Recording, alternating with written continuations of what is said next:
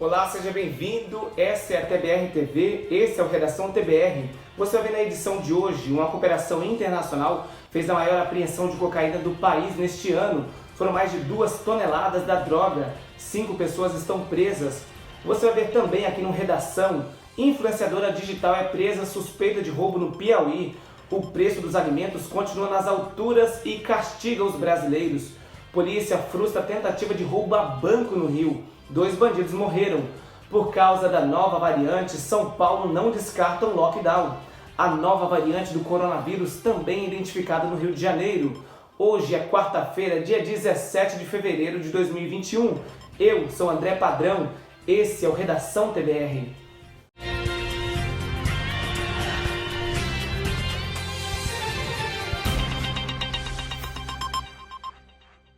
Boa noite. A variante brasileira da Covid-19 é identificada em 3 cidades do Rio de Janeiro. A nova cepa da doença preocupa os especialistas que suspeitam que ela tenha capacidade maior de transmissão. Os casos foram confirmados em Petrópolis, Belfor Roxo e 2 na capital do estado. O que confirma a mutação foi feito pela Fundação Oswaldo Cruz, que não divulgou o documento e o nome da paciente. A mutação, chamada de P1, foi inicialmente identificada em Manaus, depois de uma análise feita em laboratório. Essa mutação de Manaus, até o que parece, é uma mutação que ela impacta na ligação do vírus com a célula. Então as pessoas se infectam com maior facilidade e talvez com carga viral maior. Na última semana, 45 pacientes contaminados pela Covid-19 foram trazidos de Manaus para o Rio de Janeiro. As transferências foram feitas em meio ao colapso do sistema de saúde amazonense.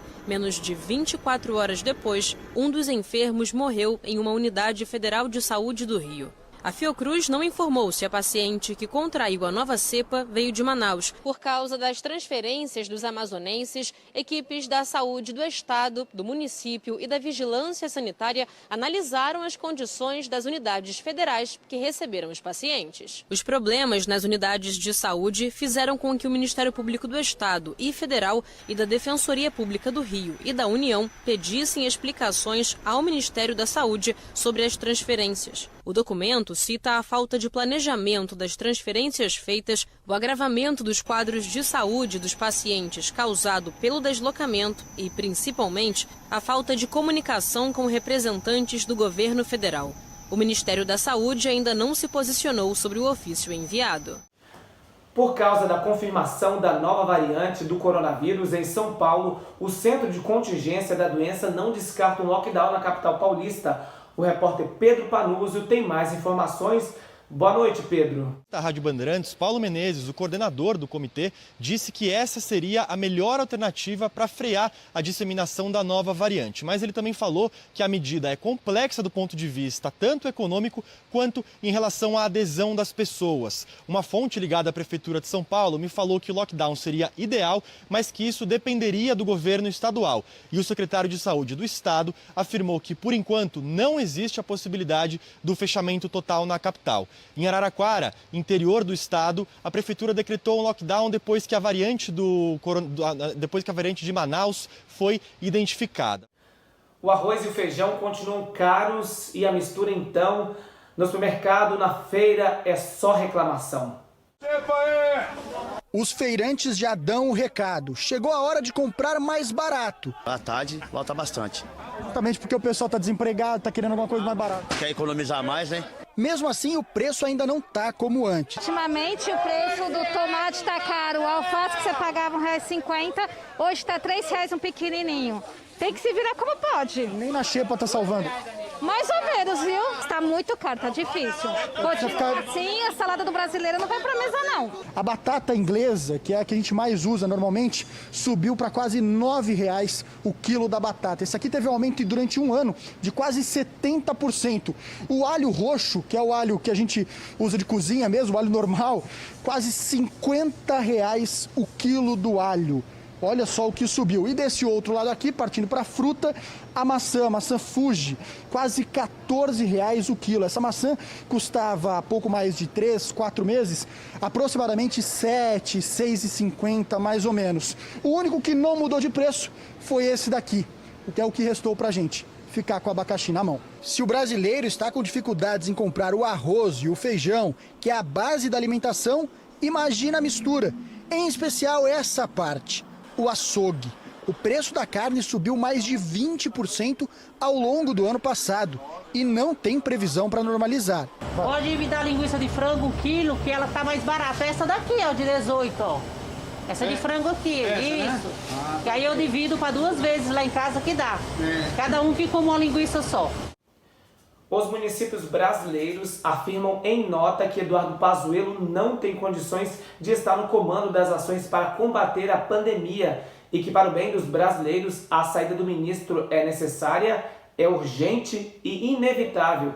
Teve manifestação na Frente Nacional dos Prefeitos que exigiu respostas diante da falta de vacinas. Nós estamos nos deparando com a escassez da vacina. Aí não adianta, quem tem que resolver esse problema é o Ministério da Saúde, é o governo federal.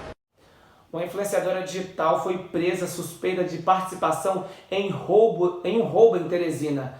Ruane Sampaio, de 19 anos, tem mais de 20 mil seguidores nas redes sociais. Segundo a polícia, ela facilitou a entrada de 2 ladrões na casa de um empresário em um bairro nobre de Teresina. Câmeras de segurança flagraram a ação dos criminosos que conseguiram fugir com dinheiro. Assim que a polícia chegou, o empresário disse que conheceu a influenciadora no Maranhão e marcou um encontro com ela em Teresina. Ele acredita que a modelo tenha passado informações da casa para o namorado, que teria contratado os assaltantes e também foi preso. A polícia impediu um roubo a uma agência bancária na madrugada de hoje no Rio de Janeiro. Na troca de tiros, 2 criminosos foram mortos. O cofre está do outro lado. Os criminosos conseguem arrombar as grades e um deles entra no espaço. A ação é rápida. O bandido coloca uma bomba no cofre da agência bancária, corre e segundos depois vem a explosão. Enquanto isso, um comparsa dá cobertura do lado de fora. Eles fogem pelos corredores da agência. Mas dessa vez, a polícia havia montado uma operação para desarticular a quadrilha. Houve uma intensa troca de tiros por volta das 4 da manhã. Os moradores de Anchieta, na zona norte do Rio, acordaram ao som dos disparos. Ao fundo desse vídeo, é possível ver a fumaça causada pela explosão de uma bomba. Deita aí, filha. 2 criminosos foram feridos e morreram. O restante do grupo conseguiu fugir. Com a explosão e a troca de tiros, a agência bancária ficou completamente destruída. A operação aconteceu depois que o setor de inteligência da Polícia Civil identificou que a quadrilha se preparava para assaltar a agência bancária mais uma vez. Durante a fuga, os criminosos fizeram um motorista de aplicativo refém, mas a vítima foi deixada a poucas quadras do local. Os bandidos são do Complexo da Pedreira, comunidade próxima à região. O caso aconteceu em uma rua bastante movimentada em Anchieta, em frente à estação de trem. Há menos de um ano, a mesma quadrilha já tinha feito um assalto no local. Parece até coisa de terceiro mundo, mas está acontecendo em um dos prédios mais caros de Nova York, onde um apartamento está acima de 60 milhões de reais. Deu problema na estrutura e isso virou encrenca para os moradores. Eduardo Barão vai te contar. Esse prédio luxuoso tem 400 metros de altura e fica na elegante Park Avenue, com vista privilegiada para o Central Park. Um apartamento de 6 mil metros quadrados aqui chega a custar 82 milhões de dólares e já foi mais caro. Desde a inauguração, há 6 anos, o prédio começou a apresentar problemas estruturais graves. Além de constantes vazamentos, os moradores reclamam que os fortes ventos chegam a balançar o edifício, fazendo com que até o elevador deixe de funcionar. Barulhos estranhos também são relatados com frequência, como rangidos na estrutura. E até o lixo que é jogado na calha nos andares parece uma bomba quando chega ao coletor. Uma das compradoras foi a cantora e a atriz J.Lo, que adquiriu uma unidade por 15 milhões de dólares, mas decidiu vender um ano depois. Investidores que compraram o imóvel apostando que o preço já exorbitante iria subir ainda mais estão preocupados com os prejuízos. Além da crise por causa da pandemia, que impactou o setor imobiliário, os proprietários precisam arcar com os altos custos de manutenção, principalmente com seguros, que estão 300% mais caros. Yara trabalha com imóveis em Nova York e já levou clientes ao edifício. Ela diz que ficou impressionada com o apartamento e acredita que se trata de um problema isolado. Eu fiquei em choque com a beleza da cidade, que podia se ver de todos os lugares do apartamento, com aqueles painéis de vidro do teto ao chão. Eu vejo que na cidade nós temos um skyline só de torres altíssimas praticamente. E eu nunca tinha ouvido falar de semelhantes problemas. A volta do auxílio emergencial está na pauta de reunião convocada pelo presidente da Câmara e do Senado para amanhã com líderes de partidos. Para começar a pagar no mês que vem, como foi anunciado, é preciso acelerar os trabalhos. Durante o carnaval, a equipe econômica e líderes governistas tentam definir os detalhes da volta do auxílio. Já é certo que o número de beneficiários vai ficar bem abaixo dos 68 milhões de brasileiros do início do programa. O auxílio emergencial foi autodeclaratório. As pessoas se declararam interessadas em receber o auxílio emergencial. Eu penso que deveria haver uma checagem de se as pessoas realmente precisam desse auxílio. Com o cruzamento de dados da Receita Federal, Previdência, CAGED e outros, o público-alvo do programa foi reduzido a pouco mais de 30 milhões de pessoas. Fevereiro já é um mês curto, com o feriado fica ainda menor. Faltam exatos 12 dias para o começo de março, quando se espera a volta do pagamento do auxílio. O pouco tempo exige muita negociação para o projeto avançar no Congresso. Parlamentares aliados estão em sintonia com o ministro da Economia, que já falou em R$ 250. Guedes também exige atrelar o pagamento ao Pacto Federativo, que vai autorizar corte de despesas na administração pública. O que a gente sente é que todo mundo está procurando ali, que vai ter, a gente sente que parece que é um consenso na cabeça de todo mundo. Havendo vontade política em Brasília, numa noite você aprova uma Constituição. A gente falou na abertura do jornal que uma cooperação internacional fez a maior apreensão de cocaína do país neste ano. Foram mais de 2 toneladas da droga. 5 pessoas estão presas. Veja na reportagem. O veleiro foi interceptado no domingo pela Polícia Federal e pela Marinha. Ele estava a 270 quilômetros da costa pernambucana. Na manhã desta terça-feira, a embarcação chegou ao porto do Recife, escoltada por um navio patrulha oceânico. O veleiro do tipo catamarã estava carregado de cocaína. A droga foi descoberta por meio de uma operação realizada em parceria com entidades de combate ao narcotráfico de Portugal, Estados Unidos e Reino Unido.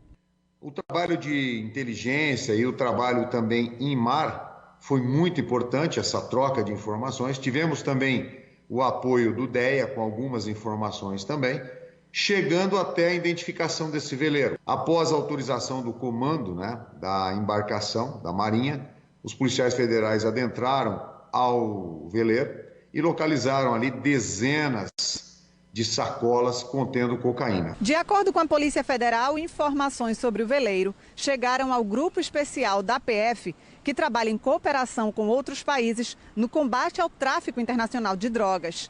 Equipes da Polícia Federal e da Marinha seguiram então para alto mar em busca da embarcação. No veleiro, os policiais encontraram 5 homens. Todos foram presos e trazidos para a Polícia Federal aqui no Recife. Ainda de acordo com a Polícia Federal, o destino da cocaína era a Europa, mas não foi divulgado qual país que receberia toda essa quantidade do entorpecente. Assim que desembarcaram no porto, os presos foram levados para a Superintendência da Polícia Federal. A cocaína foi recolhida diante de um forte esquema de segurança. Os 5 homens suspeitos foram encaminhados para audiência de custódia. O Ministério da Justiça deu 15 dias para as operadoras explicarem o mega vazamento de dados de celulares. A Maria Arruda Leite traz mais informações. Maria, quantos foram os vazamentos nesses últimos dias? Foram 3 mega vazamentos em menos de 2 meses. Então, o objetivo agora do Ministério da Justiça é entender, identificar como essas informações foram vazadas e de que forma. O Tribunal de Contas da União também vai realizar uma investigação. Cerca de 400 órgãos públicos passarão ali por uma auditoria do TCU e o objetivo é identificar também os níveis de segurança da proteção de dados dos brasileiros, seja no Serasa ou nas empresas públicas. Fato é que existe aí a possibilidade desses dados serem vendidos ilegalmente. As operadoras de telefonia garantem que não houve esse vazamento e que vão colaborar com as investigações. Obrigado, Maria. O Redação TBR de hoje fica por aqui. Uma boa tarde para você. A gente volta a se encontrar amanhã. Tchau!